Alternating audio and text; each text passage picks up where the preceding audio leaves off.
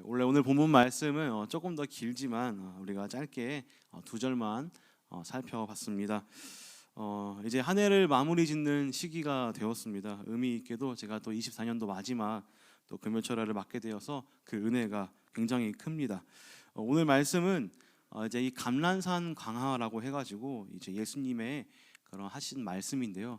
이제 예수님께서 곧 이제 조금 있으면 십자가에 못 박혀 죽으시고 그 사건을 앞두고서 이제 성전을 마주 보면서 그 감람산에 올라가서 제자들과 함께 했던 말씀을 다루고 있습니다.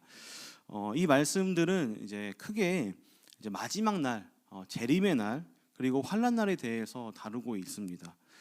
이제 큰 흐름 속에서 보면요, 이 환난 날이 마지막 날은 언제 도래할지 모르는 그러한 날이며 오직 하나님만 아시는 그러한 마지막 때에 주님의 임하심과 세상 끝에는 어떠한 징조들이 있는지 제자들의 그러한 질문으로서 오늘 말씀을 이어가고 있습니다.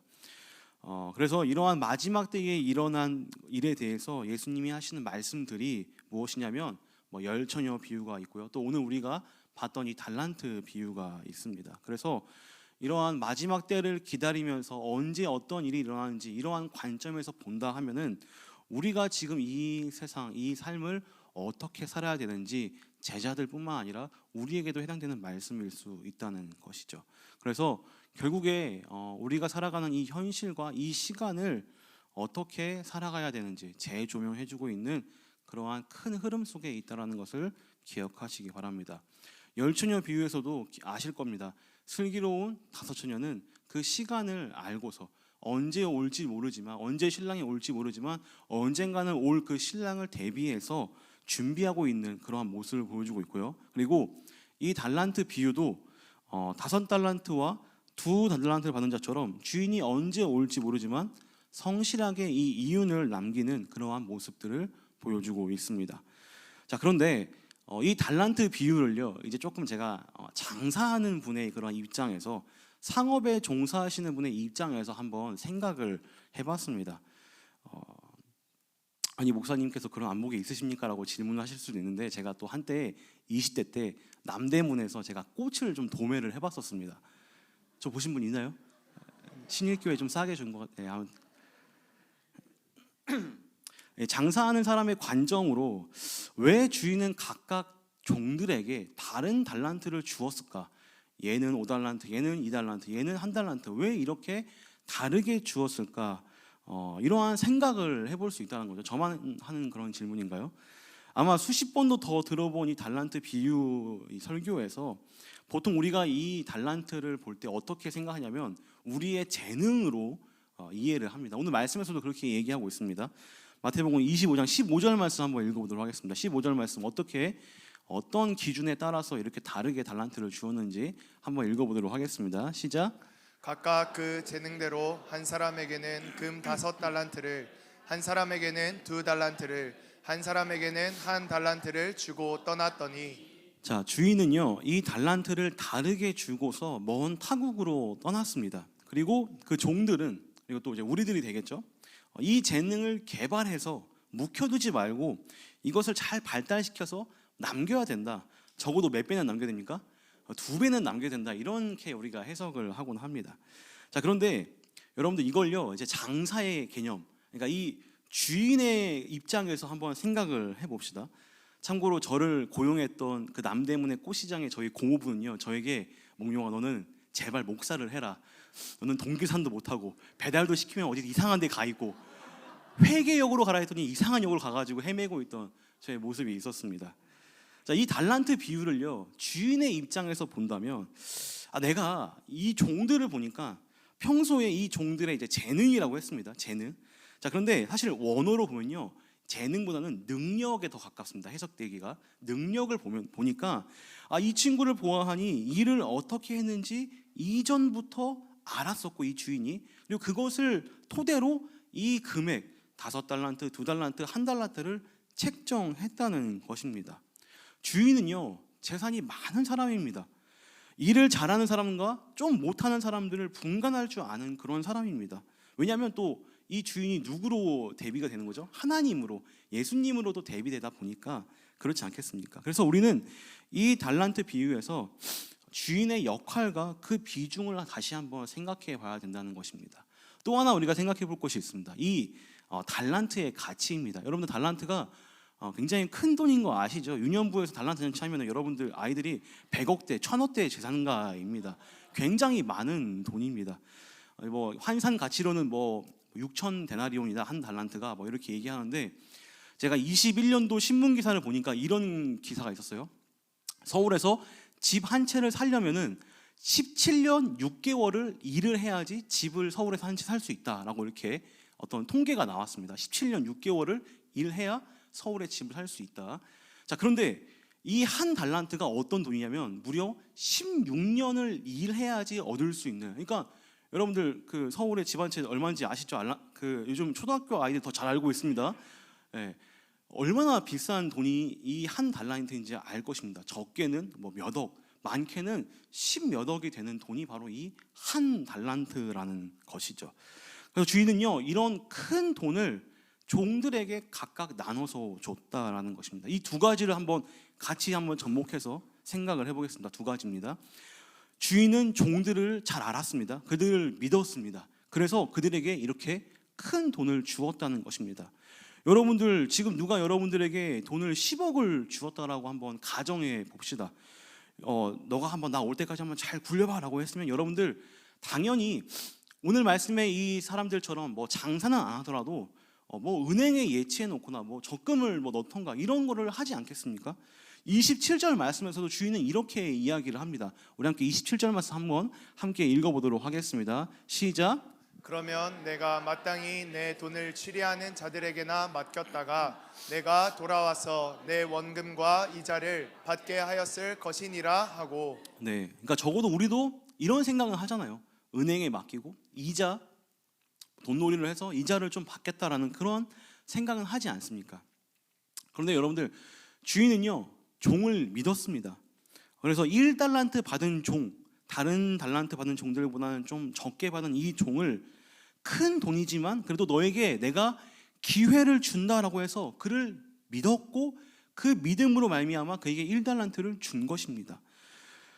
너의 그 적은 능력, 다른 사람보다 적은 능력이지만 그 능력을 한번 발휘해 보도록 주인은 원했습니다. 주인은 다른 종들보다 덜 성실하고 능력이 부족했지만 무려 10억이라는 그 큰 돈을 그에게 맡긴 것이죠. 저는요, 이 달란트 비유를 생각하면서 조금 다르게 한번 생각을 해봤습니다. 하나님이 우리에게 10억은 주시지 않으시지만, 또 모르죠. 10억은 주시지 않지만 이 달란트만큼 어마어마한 큰 가치를 우리에게 준 것이 있다면 과연 그것이 무엇이고, 우리에게 이러한 기회를 준 것이 무엇이냐면 어떤 것일까라고 한번 생각을 해봤습니다. 그리고 또 우리가 지금 어느 때입니까? 연말이기도 하지 않습니까? 여차여차 생각하다가 이 달란트가 어떻게 보면은 우리들의 시간일 수도 있겠다라는 그러한 생각을 해봤습니다. 뭐 제 개인적인 생각입니다. 달란트를 정말 측정할 수 없는 하나님이 주신 은혜와 기회라고 생각한다면 이것은 내가 뭐 태어날 때부터 갖고 나온 그런 재능일 수도 있지만, 하나님의 은혜로 우리를 구원해 주시고 우리에게 성도로서, 하나님의 자녀로서, 하나님의 종으로서 살아가고 또 섬길 수 있도록 누릴 수 있는 그런 은혜와 기회를, 시간을 주신 것이다라고 제가 한번 생각을 해봤습니다. 그러기에 우리들은요, 이 성도의 삶을 살아갈 때에 이 시간을 잘 써야 된다는 것이죠. 우리 성도님들의 올 한 해는 어떠했습니까? 하나님이 주신 그 시간을 어떻게 쓰셨습니까? 저는요, 주일 아침 9시만 되면요, 제 핸드폰에 알람이 울립니다. 그 알람에는요, 저희가 일주일 동안 사용했던 핸드폰 사용 시간이 나옵니다. 생각보다 많이 유튜브를 보고, 생각보다 많이 인터넷 서핑을 하고, 생각보다 많이 운전을 하더라고요. 이렇게 내 생각보다 훨씬 많이 그 일주일의 통계만으로도 내가 이렇게 삶을 살았구나라는 것을 되돌아볼 수 있습니다. 우리는요, 하나님이 주신 이 기회를 잘 사용해야 합니다. 이 시간을요, 잘 써야 됩니다. 5달란트와 2달란트 받은 사람이 갑절의 이윤을 남긴 것처럼 우리도 이 시간을요, 의미 있게 써야 됩니다. 토마스 아켄필스의 그리스도를 본받아라는 책을 보면요, 아무것도 하지 않은 채 시간을 낭비하는 것에 대해서 엄청나게 질타를 하고 있습니다. 굉장히 혼을 많이 내고 있습니다.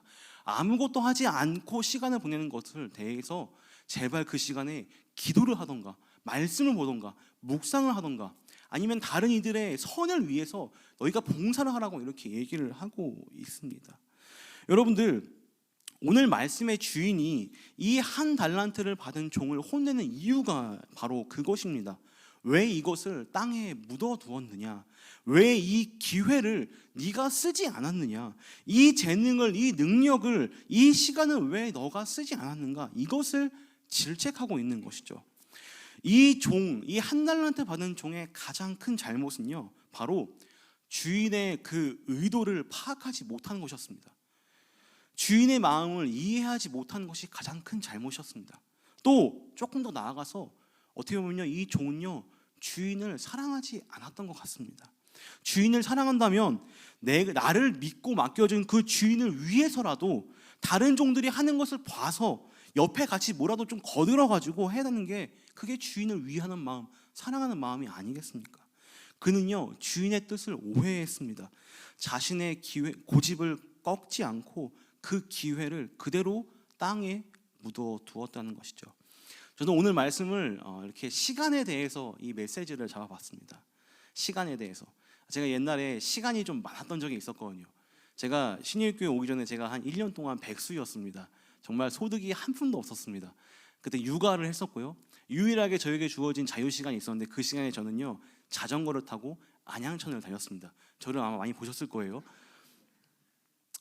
여러분들 그 육아를 하다 보면요 월화수목금토일이 다 똑같이 느껴집니다. 주일날 예배를 드리지 않는다면요, 또 심지어 그때 코로나여서 가지고 온라인 예배를 드렸거든요. 그러니까 매일매일이 반복되는 그 굴레 가운데 어떻게 보면 정말 감옥에 사는 그런 느낌도 들 때가 있었습니다. 그런데요 제가 그렇게 자유시간을 얻어가지고 이제 안양천과 도림천을 다닐 때 저와 같은 분들을 굉장히 많이 봤습니다. 바로 노년의 시절에 일이 없으셔가지고 그렇게 공원에 나와서 그냥 그 천을 보면서 그렇게 시간을 보내시는 많은 분들을 보았습니다. 우리 내년에 70인 전도들 꼭 안양천 가가지고 요구르트 들고 이렇게 하나씩 주면 엄청 많이 올 것 같습니다. 아무튼 자, 여러분들 이렇게 우리가 이렇게 이 시간을 어떻게 보내야 되냐, 과연 주인의 뜻에 맞게 어떻게 그 의도에 맞게끔 사용해야 되는가, 오늘 저는 이것을 한번 세 가지 적용으로서 함께 나눠보려고 합니다. 제가 아까 첫 번째로 얘기했던 것처럼 첫 번째로 우리는요 이 주인의 의도를 잘 알아야 합니다. 그러니까 하나님의 의도를 알아야 된다는 것이죠. 주인은요 종들을 잘 알았습니다. 다시 한번 얘기하겠습니다. 주인은요 종들을 잘 알았습니다. 하나님도 우리를 잘 알고 있습니다. 하나님이 우리를 잘 알고 계셔서 우리에게 맞는 달란트, 기회, 시간, 재능을 주셨습니다. 여러분들, 그래서 지금 내게 주어진 것이 무엇입니까? 여러분들이 가지고 있는 것이 무엇입니까? 하나님이 주신 것이라고 볼 수 있는 것이 여러분들에게 있다는 것입니다. 내게 주어진 것을 보고서 내가 무엇을 잘하고 무엇에 재능이 있으며 어떤 것을 잘할 수 있는지 하나님이 주신 것을 다른 사람이 잘 아는 게 아니라 내가 제일 잘 알고 있습니다. 그래서 우리는요 주인의 의도를 알아서 내게 주신 그 재능과 능력과 기회와 그 능력을 살려가지고 하나님이 기뻐하시는, 하나님이 원하시는 그 뜻을 이루어 드려야 합니다.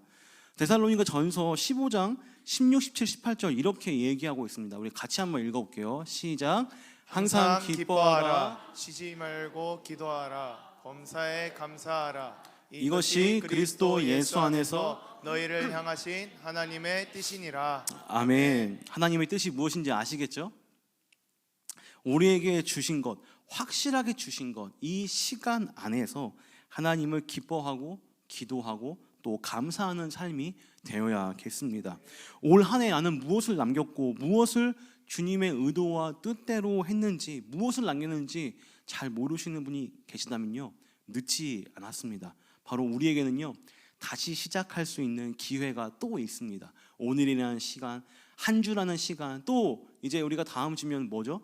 내년 2025년이 우리에게 오고 있습니다. 그러한 기회가 있다는 것을 기억하시기 바랍니다. 그래서 주인의 의도를 알고 이 시간을 남기며 그분의 뜻에 맞는 삶을 살아가시길 바랍니다. 두 번째 적용입니다. 바로 시간을 낭비하자입니다. 시간을 낭비하자. 방금 전사님이 앵이라 그랬어요. 목사님 방금 무슨 말씀을 하시는 거죠? 분명히 시간을 잘 쓰라 했는데 왜 시간을 낭비하라고 하는 거죠? 한국말은 끝까지 들어봐야 되죠. 우리에게 시간을 주신 하나님의 의도가 무엇인지 안다면요, 우리는 이 시간을요 하나님을 위해서 낭비해야 합니다. 하나님을 위해서 써야 된다는 것이죠. 이 시간은요 내 시간이 아닙니다. 하나님이 나에게 주신 선물과도 같은 것입니다.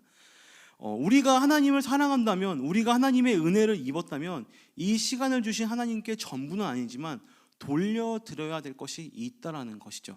제가 옛날에 교육 디렉터였습니다. 교디라고 합니다. 교육 디렉터였을 때 교사분들을 다 모아놓고 제가 딱 한 가지만 얘기했습니다. 그것이 무엇이냐면, 우리 선생님들 제발 토요일 날 우리 아이들에게 딱 2시간만 써주십시오.